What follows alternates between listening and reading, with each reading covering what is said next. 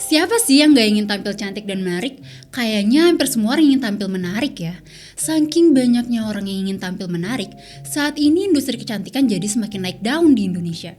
Ini membuat potensi pasar industri kecantikan juga semakin meningkat. Penasaran gimana perkembangan industri kecantikan di Indonesia? Tonton video ini sampai habis ya.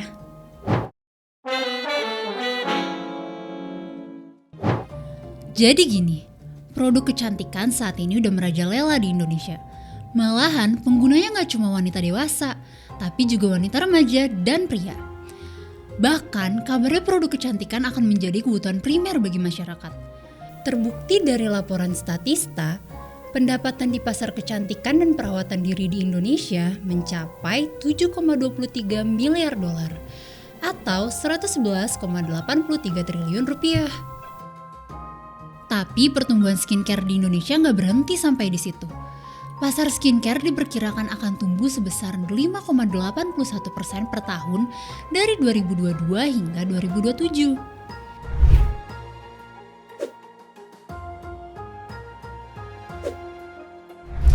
Potensi dari bisnis kecantikan di Indonesia bisa dibilang sangat tinggi.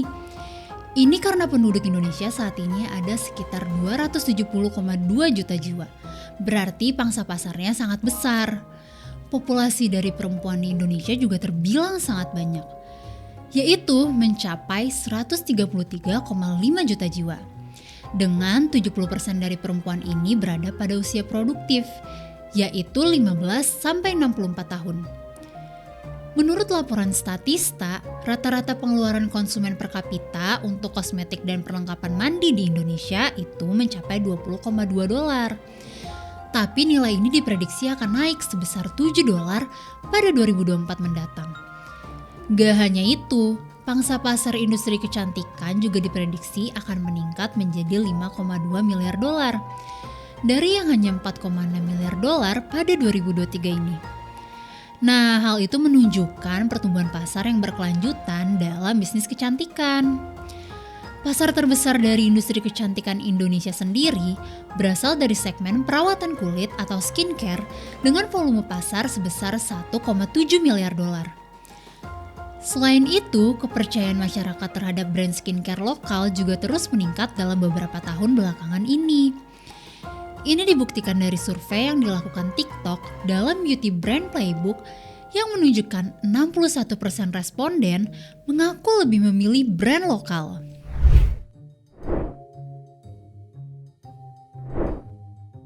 By the way, bisnis skincare juga merupakan salah satu bisnis yang bertahan, bahkan justru berkembang pesat saat pandemi. Padahal seperti yang udah kita tahu, masa pandemi merupakan masa yang sulit bagi para pebisnis. Banyak bisnis yang tiarap hingga gulung tikar pada masa ini. Saking pesatnya, perusahaan baru dalam bidang ini banyak bermunculan di tengah gelombang COVID-19. Kalau berdasarkan hasil survei Kata Data Insight Center dan Circle, pada 2021, jumlah transaksi online produk kesehatan dan kecantikan meningkat menjadi 40,1% saat pandemi. Nilai ini naik dibanding pada 2019 yang hanya sebesar 29,1%. Tingginya transaksi online untuk produk kesehatan dan kecantikan pada masa pandemi ini disebabkan karena masyarakat lebih banyak menghabiskan waktunya di rumah.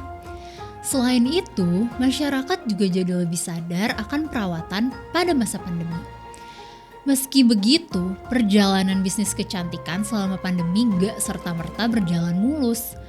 Pada awal pandemi tahun 2020, kinerja industri ini sempat menurun. Riset dari Statista per September 2020 menunjukkan bahwa orang yang gak menggunakan riasan meningkat sekitar 2%. Baru setelah ekonomi mulai meningkat pada 2021, bisnis ini kembali bertumbuh.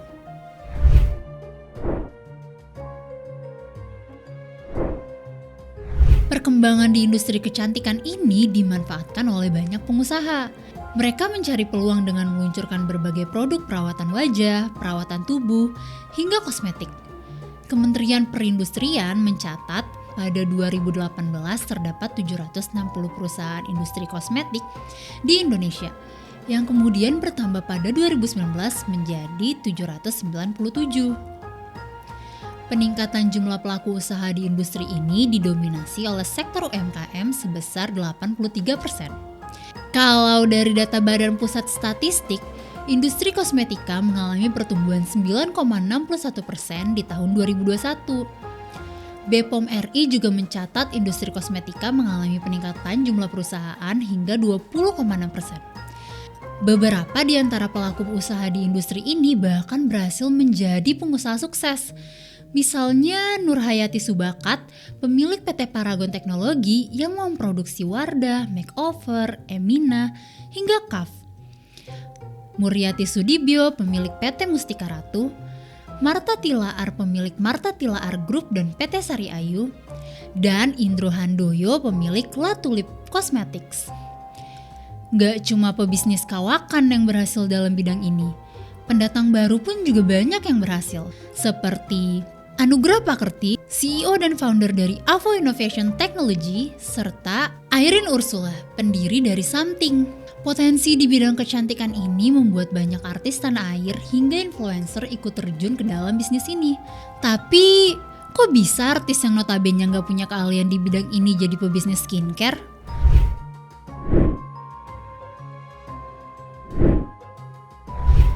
Jawabannya adalah Maklon. Buat yang belum tahu, Maklon adalah perusahaan jasa pengolahan produk yang dilakukan oleh pihak lain. Intinya, Maklon ini yang akan produksi skincare-nya. Nanti pemasaran dan segala macamnya akan jadi urusan dari si pemilik bisnis. Jadi para pemilik bisnis gak perlu mendirikan pabrik sendiri untuk produksi skincare-nya. Maklon ini juga memungkinkan para pebisnis untuk memulai bisnis dari modal yang sangat terjangkau. Biasanya mereka menyediakan beberapa paket, jadi pebisnis pemula bisa menyesuaikan modalnya dengan paket yang tersedia.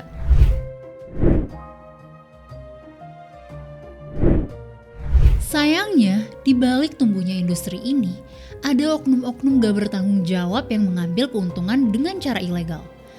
Mengutip dari kompas.id, persentase hasil pemeriksaan pabrik produsen produk kecantikan tahun 2020 pada sarana produksi, ada 19% yang gak memenuhi ketentuan. Sarana distribusi ada 10% yang gak memenuhi ketentuan, dan pengawasan iklan kosmetik 80% gak memenuhi ketentuan.